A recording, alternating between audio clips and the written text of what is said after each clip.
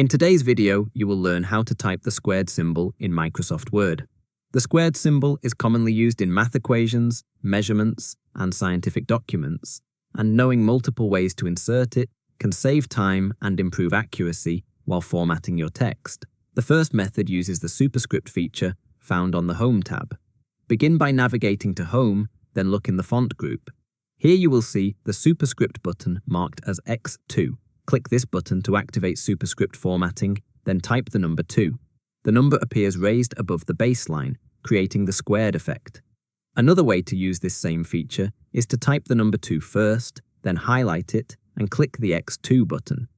Both approaches produce the same result, so you can use whichever feels more natural while typing. Another option is to insert the squared symbol directly using the Insert Symbol feature. This method is helpful when you want to add the symbol without changing text, formatting, or when working with existing content. Navigate to the Insert tab and look for the Symbols group. Click Symbol, then choose More Symbols from the drop-down menu to open the Symbol dialog box. Inside the Symbol window, finding the squared symbol is easier when you use the Subset menu. Open the Subset drop-down list and select the Latin one. Supplement option.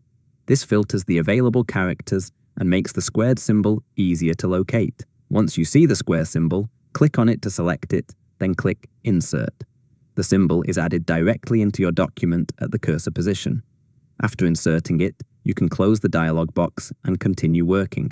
Each of these methods gives you a clean and accurate squared symbol, whether you prefer using formatting tools, keyboard shortcuts, or symbol insertion. Knowing all three approaches gives you flexibility and helps you work more efficiently in different situations, especially when dealing with technical or academic content. If you found this tutorial helpful, hit us with a like. Thanks for watching.